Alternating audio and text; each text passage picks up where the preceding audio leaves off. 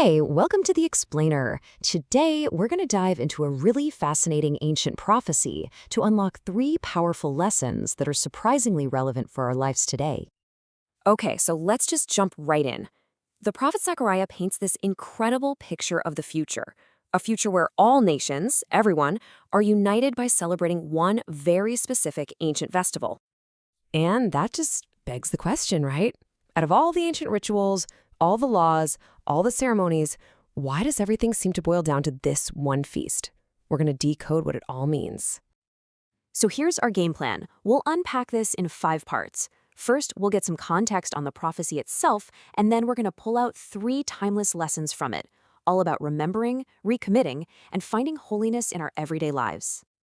All right, let's start with the background here. Zechariah's final vision is pretty intense. It describes something called the Day of the Lord, a time of both really fierce judgment against evil, but also incredible salvation for a remnant of people from all nations, even from former enemies. And this is really the heart of the matter. The ultimate sign that this new era has arrived is that everyone starts celebrating the Feast of Tabernacles. The prophecy even says that any nation that doesn't participate gets cut off from rain, which, you got to understand, was a super powerful symbol for God's blessing and provision.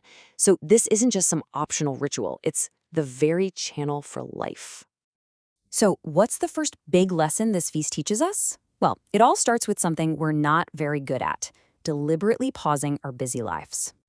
You see, the core practice was that you had to leave your stable, comfortable home and go live in a flimsy, temporary little hut for 7 days straight. You can basically think of it as a mandatory national camping trip. And this had a twofold purpose. First, it was a physical reenactment of their ancestors' 40-year journey through the desert after the Exodus. And second, it was a powerful reminder that everything they now had, food, stable homes, safety, it was all a gift from God, not something they'd earned all on their own. So the really crucial point here is that it was a forced reset. It was a physical, you can't avoid it way to stop the daily grind, to look back and remember where you came from, and to give genuine, heartfelt thanks for where you are now. Okay, so let's move on to the second layer, because it builds on that first one. This feast wasn't just about looking backward. It was about recentering their entire identity for the future. And get this, every 7 years during the feast, it turned into this massive public reaffirmation of who they were. The entire law was read out loud for everyone to hear.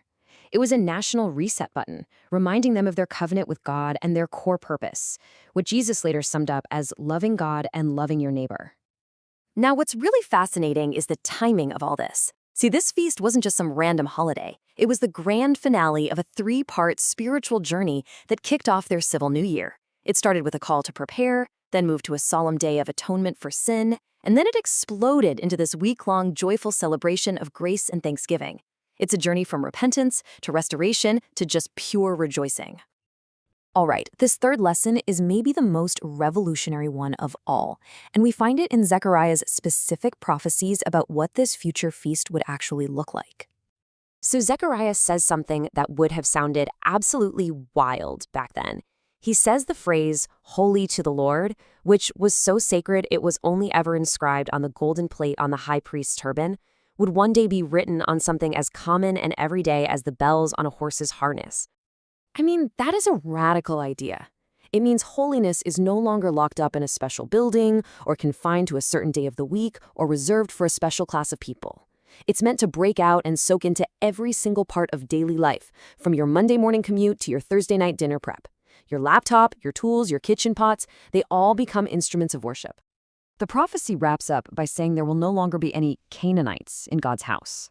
Now, in this context, that word had come to mean a traitor, or someone just driven by self-interest and profit.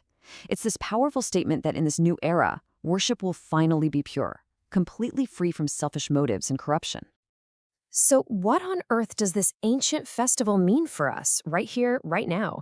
I mean, it's not like we're going to start building booths in our backyards. Well, we can live out the spirit of the feast by weaving these 3 powerful principles into the rhythm of our own lives.